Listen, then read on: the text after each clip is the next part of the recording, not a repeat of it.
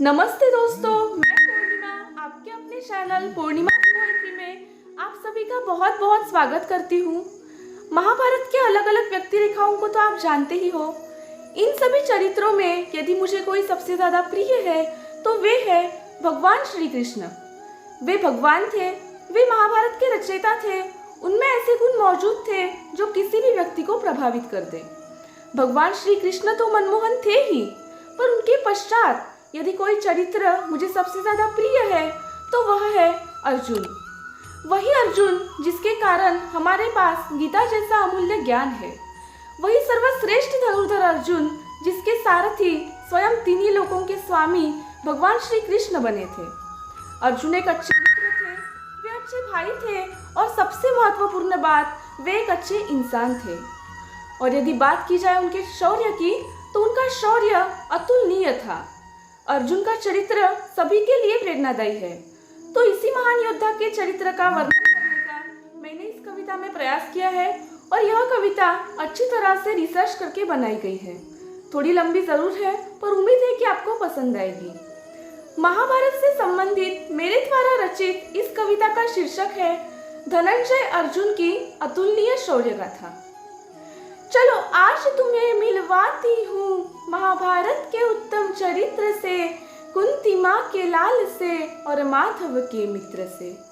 आर्यव्रत का वह सर्वश्रेष्ठ धनुर्धर हर युद्ध में निपुण था। इंद्र का अंश वो, नाम उसका अर्जुन था। जन्म के समय हुई आकाशवाणी कि यह बालक अजय कहलाएगा, इसे न हरा सकेगा कोई, यह हर युद्ध में विजय पाएगा।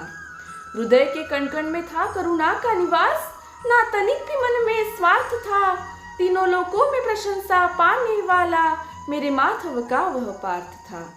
बचपन बीता वन में उसका, जीवन बड़ा कठिन और निराला था। और क्या सुनहरे दिन थे वह, जब उसने पिता के साथ वक्त गुजारा था। पर ज्यादा दिन न चली ये खुशी, नियति ने रचा कुछ ऐसा षड्यंत्र, और बाल्य अवस्था में ही अर्जुन ने गवाया अपने सिर से पिता का छत्र। संकट के बादल गिर आए पांडवों पर, विचित्र खेल खेला विधाता ने, किंतु सभी मुसीबतों का सामना करके पांडु पुत्रों को संभाला कुंती माता ने। पांडु की मृत्यु के पश्चात कुंती ने पांडवों को हस्तिनापुर लाया था, जहाँ विदुर ने किया उनका स्वागत और भीष्म ने प्यार से गले लगाया था। फिर राजकुमारों की शिक्षा को लेकर भीष्म को हुई तनिक चिंता, फिर पता चला द्रोण नामक ब्राह्मण है अस्त्र शस्त्रों का महान ज्ञाता। जब से पितामह ने राजकुमारों का द्रोण के आश्रम में करवाया प्रवेश, सारा ज्ञान ग्रहण करता था अर्जुन, ना गुरु के पास छोड़ता कुछ शेष। अरे महागुरु द्रोण का वह शिष्य बड़ा ही न्यारा था। अरे इंसानों की बात छोड़ो, वह तो भगवान को भी प्यारा था। कितनी भी बाधा हो मार्ग में, अर्जुन ध्येय से कभी ना भटकता था। शायद यही कारण था जो अन्य शिष्यों को बड़ा खटकता था। अपने शिष्यों को गुरु द्रोण ने धनुर्विद्या की जो दी थी शिक्षा, उस शिक्षा की एक दिन उन्होंने लेना चाहिए फिर परीक्षा। शिष्यों के सामने आह्वान रखा एक कठिन लक्ष्य को साधने का, और केवल एक ही बाण से पंछी की आंख को भेदने का।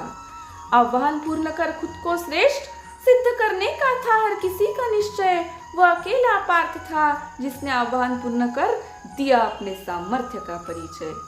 अर्जुन के इसी लगन के कारण वह गुरु का प्रिय शिष्य बन पाया था, और अनेक परीक्षाओं से उत्तीर्ण होकर पार्थ ने ब्रह्मशिर अस्त्र का ज्ञान पाया था। कुछ वर्ष पश्चात पांचाल में पांचाली का स्वयंवर भव्य हुआ।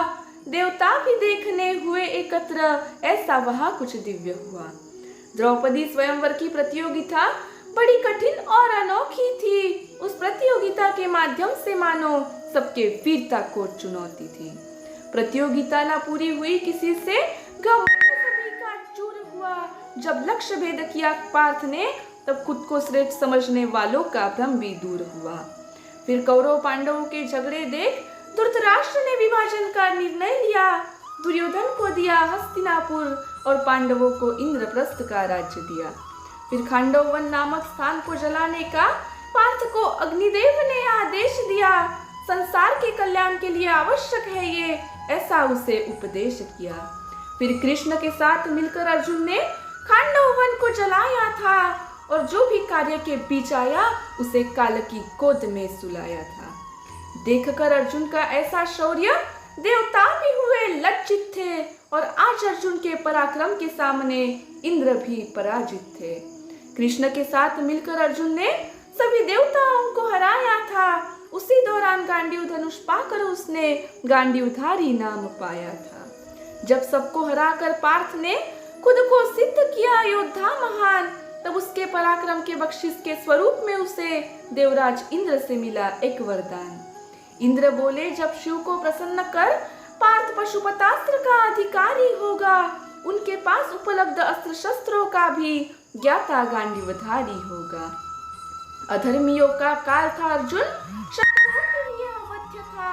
अरे कृष्ण के साथ मिलकर हराया सभी देवताओं को, ऐसा अवर्णनीय सामर्थ्य था। कुछ वर्ष बिताए राज्य में, फिर नियति ने खेल विचित्र खेला था। हस्तिनापुर में द्यूत हुआ, जिसमें कौरवों को विजय और पांडवों को वनवास मिला था। जिस युधिष्ठिर ने अर्जुन को वस्तु समझकर लगाया था दांव पर, उस भाई की भी सेवा की उसने लक्ष्मण सी सेवा भाव पर। वनवास के दौरान अर्जुन ने महादेव की कठोर तपस्या और शिव को प्रसन्न करके पार्थ ने पशुपतास्त्र की पाई शिक्षा। फिर वचन अनुसार देवराज ने पार्थ को शिष्य बनाया था और उनके पास उपलब्ध अस्त्र शस्त्रों का ज्ञान अर्जुन ने पाया था। शिक्षा समाप्त होने के पश्चात इंद्र ने पार्थ को गुरु दक्षिणा का अधिकार दिया और निवत्कवच नामक राक्षसों को मारने का अर्जुन पर उन्होंने भार दिया। वहां भी गांडीवधारी ने अद्भुत साहस दिखलाया था। 3 करोड़ राक्षसों को अकेले ने ही यम के घर पहुंचाया था। गुरु को गुरु दक्षिणा देने का उसने पूर्ण किया अपना ध्येय था।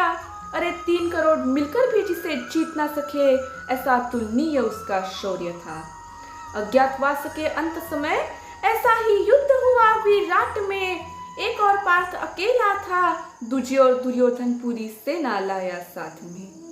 वहां भी अर्जुन ने सबको अपने पराक्रम का परिचय कराया था और भीष्म द्रोण हो या कर्ण सबको बार बार हराया था। फिर सम्मोहन अस्त्र से सबको मूर्छित कर पार्थ ने क्षत्रिय धर्म का प्रमाण दिया। आसानी से मार सकता था सभी को, पर उसने सभी को जीवन दान दिया। उसे जरूरत नहीं थी सेना की, वह अकेला ही सब पर भारी था। अरे पूरी सेना को वापस भगाने वाला वह मेरा गांडीवधारी था। जब शांति के सभी द्वार बंद हुए, युद्ध के लिए खड़ा हुआ हर वीर, पर अपने ही संबंधियों को शत्रु बना देख पार्थ हुआ तनिक गंभीर। वह बोला, हे माधव बतलाइए, मैं रण में शस्त्र उठाऊं कैसे? जिन भाइयों के साथ खेला बचपना, उनका रक्त बहाऊं कैसे? जिन पितामह और गुरु ने दिया अपार स्नेह, मैं उनका वध कर जाऊं कैसे? बताइए माधव, मैं रण में शस्त्र उठाऊं कैसे? फिर श्री कृष्ण ने अपने सखा को सही और गलत का ज्ञान दिया, मोह दूर किया अर्जुन का और उसे गीता सुनने का सम्मान दिया। महाभारत में ऐसे ऐसे व्यक्ति थे जिन्होंने अपने ही रिश्तेदारों को ठगा था। कुरुक्षेत्र में वो अकेला अर्जुन था जिसके मन में परिवार के प्रति स्नेह जगा था। फिर गांडीव की प्रचंड टंकार से कुरुक्षेत्र की चारों दिशाएं कांप गई और रण में होने वाले रुद्र तांडव को शत्रु सेना थी भाप गई। कुरुक्षेत्र में अर्जुन के पराक्रम से भयभीत हर ब्राह्मण, क्षत्रिय, वैश्य और हर शूद्र था। ऐसा लगता कि अर्जुन के रूप में मानो रण में आया साक्षात रुद्र था। प्रतिदिन अर्जुन ने शत्रु सेना को अविश्वसनीय पराक्रम दिखाया था। अभिमन्यु की मृत्यु को कारण बने जयद्रथ का शीश सबके सामने ही गिराया था। कर्ण को निहत्था मारा, इस बात पर करते हो क्रोध तुम, पर क्यों भूल जाते हो वस्त्रहरण और अभिमन्यु का वध तुम। एकलव्य हो या कर्ण, मुझे किसी से कोई द्वेष नहीं और अंगराज का अपमान करने का मेरा यहाँ उद्देश्य नहीं। कर्ण हो या अर्जुन, दोनों एक ही माँ के संतान है, दोनों भी अपनी जगह श्रेष्ठ है, दोनों भी महान है। जो देते हैं धर्म के मार्ग पर चलने वालों को गालियां, मैं जरा उन्हें सताना चाहती हूँ, और क्या होती है धर्म की शक्ति मैं उन्हें बताना चाहती हूँ। केशव ने कहा था पार्थ से, ऐसा समय भी आएगा जिसने जैसा कर्म किया वो वैसा ही फल पाएगा। युद्ध में भी सभी ने कर्मों का ही फल पाया था। नियति का चक्र चलाना था माधव को, इसलिए उन्होंने पार्थ को बस माध्यम बनाया था। तुम भी यदि जीवन में अर्जुन के गुणों को अपनाओगे, अर्जुन की तरह तुम भी अपार यश और कीर्ति पाओगे। श्री कृष्ण की छाया था अर्जुन, आजीवन उसने सत्कर्म किया। अरे धन्य है वो माँ कुंती जिसने अर्जुन जैसे वीर को जन्म दिया। अरे धन्य है वो माँ कुंती जिसने अर्जुन जैसे वीर को जन्म दिया।